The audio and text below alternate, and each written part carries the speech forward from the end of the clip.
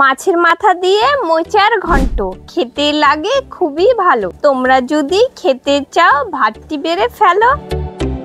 প্রথমে মোচাটাকে ছাড়িয়ে ভালো করে বেছে কুচি কুচি করে কেটে নেব।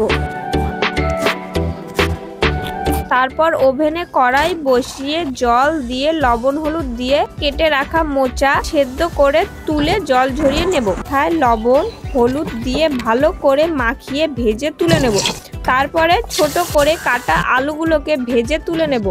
এরপর 5 ফোড়ন, শুকনো লঙ্কা, তেজপাতা ফোড়নে দিয়ে চেরা কাঁচা লঙ্কা, আদা জিরা বাটা, ধনে গুঁড়ো, লঙ্কা গুঁড়ো, লবণ, হলুদ, মাছের মাথা দিয়ে ভেঙে কষিয়ে নিয়ে সেদ্ধ করা মোচা, ভেজে রাখা আলু দিয়ে ভেজে একটি পাত্রে চালের গুঁড়ো, গরম মশলা, জল দিয়ে বাটার বানিয়ে দিয়ে একটু নাড়াচাড়া করে নামিয়ে দিলেই তৈরি।